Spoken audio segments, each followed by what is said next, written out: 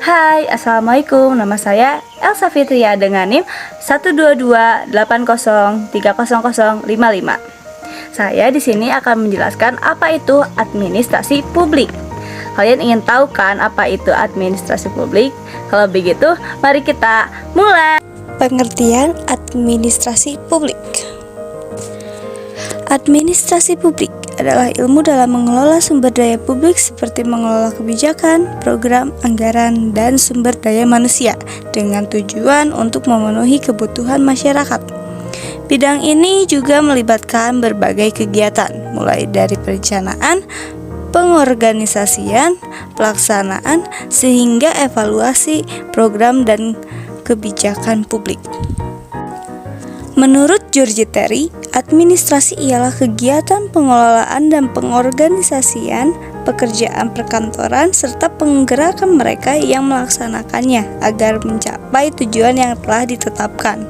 Fungsi administrasi, planning atau disebut perencanaan, organizing atau disebut organisasi, reporting atau disebut laporan, budgeting atau disebut penganggaran.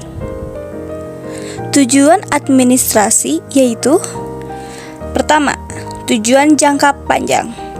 Untuk mencapai target sebuah organisasi yang dibuat oleh pemimpin organisasi. Yang kedua, tujuan jangka pendek. Bersifat lebih spesifik, yaitu dibuat oleh sub-divisi dari organisasi untuk kebijakan divisinya. Adapun ruang lingkup administrasi menurut Liang Ji. Menurut Liang Ji, administrasi yaitu menghimpun, mencatat, atau mengetik, mengelola, menyimpan, dan mengirim. Deskripsi administrasi.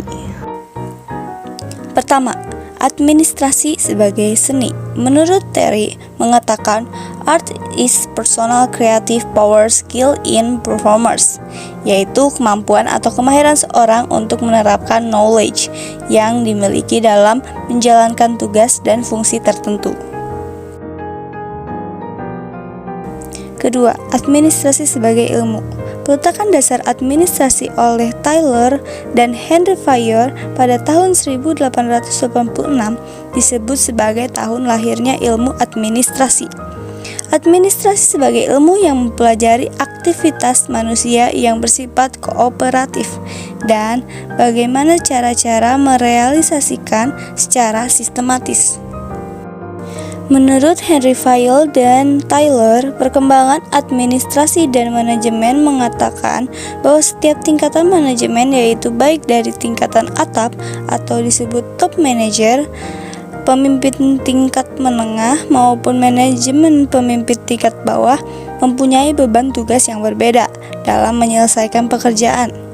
Keduanya berorientasi kepada efisien dan produktivitas kerja.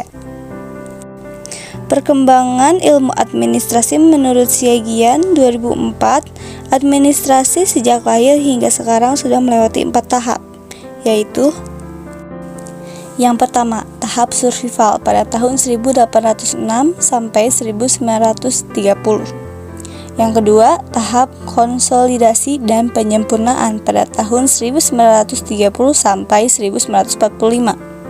Yang ketiga, tahap human relation pada tahun 1945 sampai 1959. Dan yang terakhir, tahap behavioralisme pada tahun 1959 hingga sekarang. Tokoh-tokoh peletak dasar ilmu administrasi. Yang pertama, Friedrich Winslow Taylor, dianggap sebagai bapak pendiri ilmu manajemen ilmiah dan kontribusinya dalam pengembangan teori administrasi sangat penting. Taylor mengembangkan prinsip manajemen ilmiah meliputi pengamatan, analisis, eksperimen, dan evaluasi. Ia juga memperkenalkan konsep tugas dan tanggung jawab yang jelas, pelatihan dan perkembangan karyawan, dan penggunaan insentif finansial sebagai motivasi bagi karyawan.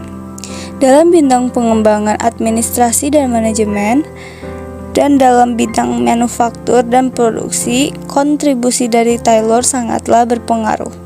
konsep tentang manajemen ilmiah dan penggunaan metode ilmiah untuk meningkatkan efisiensi produk tetap digunakan sampai saat ini.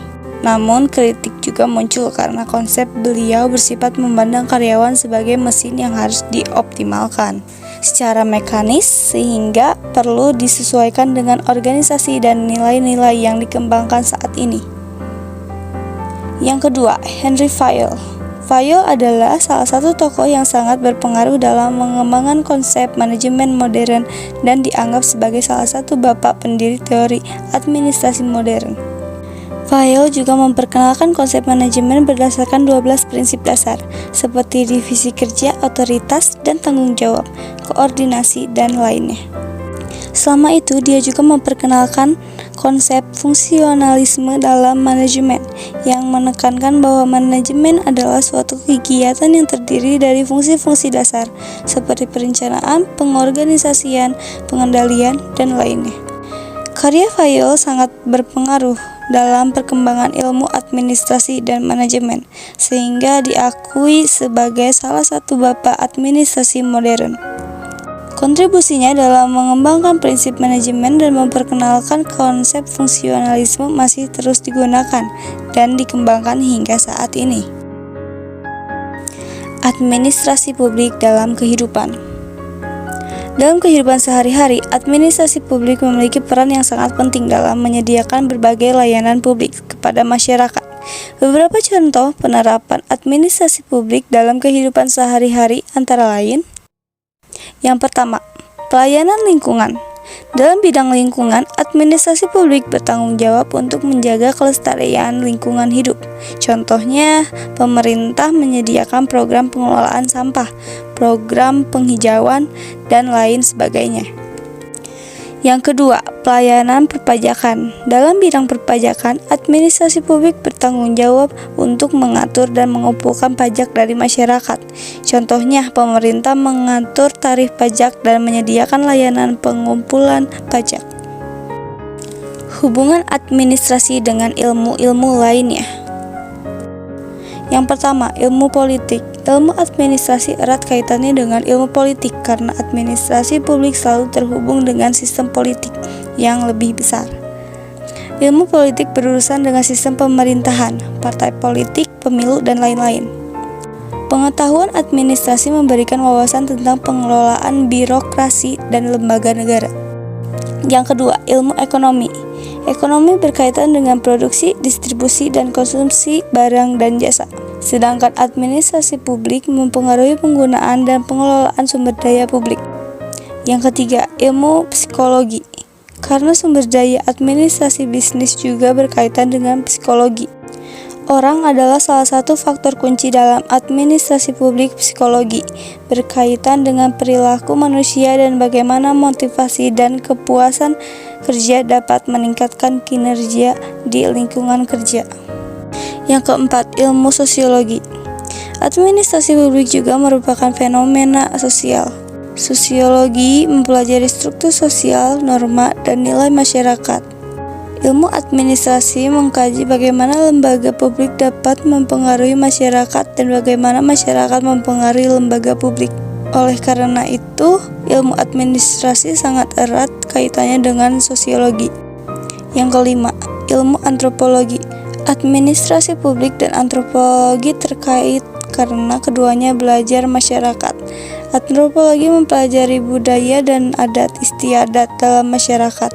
Sedangkan administrasi publik mengkaji bagaimana pemerintah dan lembaga publik dapat berinteraksi dengan masyarakat. Yang keenam, ilmu hukum. Administrasi publik dan hukum terkait karena mereka terkait dengan peraturan dan perundang-undangan. Ilmu berurusan dengan undang-undang dan peraturan yang mengatur fungsi negara dan masyarakat. Sementara administrasi publik berurusan dengan bagaimana pemerintah dapat menerapkan dan mematuhi peraturan tersebut. Ketujuh, ilmu eksak. Ilmu administrasi juga memiliki keterkaitan dengan ilmu eksak, seperti statistik, matematika, dan teknik. Ilmu eksak dapat digunakan untuk menganalisis data dan pengambilan keputusan yang tepat dalam administrasi publik. Oleh karena itu, memahami hubungan antara administrasi publik dan disiplin ilmu lainnya dapat membantu kita memahami administrasi publik secara lebih kooperatif dan merancang solusi yang lebih inovatif dan efektif untuk memberikan layanan publik dan memecahkan masalah sosial yang kompleks. Dimensi ilmu administrasi terkait. Menurut James 1954, organisasi adalah bentuk dari setiap perkumpulan orang untuk mencapai tujuan bersama. Organisasi juga merupakan tempat pelaksanaan administrasi di mana timbul hubungan yang berbeda antara individu dan kelompok. Proses pembagian tugas. Proses kerja berdasarkan kinerja masing-masing individu.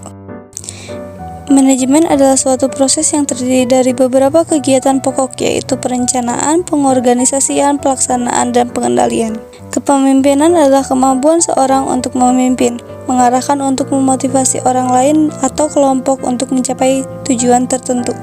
Pengambilan keputusan berarti merumuskan pilihan yang berbeda untuk menghadapi situasi yang dihadapi dan membuat pilihan yang tepat di antara beberapa pilihan yang tersedia setelah mengevaluasi keefektifan setiap pilihan dalam mencapai tujuan perbuatan keputusan. Komunikasi atau hubungan. Sederhananya, untuk dua orang atau semakin sering bertemu, semakin cepat atau lambat mereka mulai berbicara atau membuat isyarat untuk mengenali keberadaan orang lain. Perbedaan administrasi publik dan administrasi privat. Perbedaan antara administrasi publik dan administrasi privat terletak pada tujuan, sumber daya, struktur, dan tugas yang berbeda. Pertama, tujuan. Administrasi publik bertujuan untuk menyediakan pelayanan publik kepada masyarakat dan mencapai tujuan-tujuan pemerintah. Sementara administrasi privat bertujuan untuk memperoleh keuntungan dan meningkatkan nilai perusahaan. Kedua, sumber daya.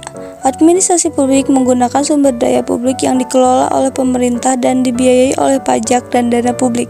Sementara administrasi privat menggunakan sumber daya swasta yang dimiliki oleh perusahaan. Yang ketiga, struktur. Struktur organisasi dalam administrasi publik biasanya lebih kompleks dan terpusat daripada struktur organisasi dalam administrasi privat yang cenderung lebih terdesentralisasi. Keempat, tugas. Tugas dalam administrasi publik meliputi penyediaan pelayanan publik, pengelolaan program pemerintah, dan penegakan hukum. Sementara tugas dalam administrasi privat meliputi produksi barang dan jasa, penjualan, pemasaran, dan manajemen keuangan. Perbedaan ini menunjukkan bahwa administrasi publik dan administrasi privat merupakan bidang yang berbeda dengan karakteristik dan tantangan yang unik. Oleh karena itu, perlu ada pendekatan yang berbeda dalam merancang kebijakan dan praktik manajemen untuk setiap bidang ini. Segitu saja penjelasan dari saya tentang administrasi publik. Kalau begitu saya pamit undur diri. Wassalamualaikum warahmatullahi wabarakatuh. Dadah. Shaking, bye.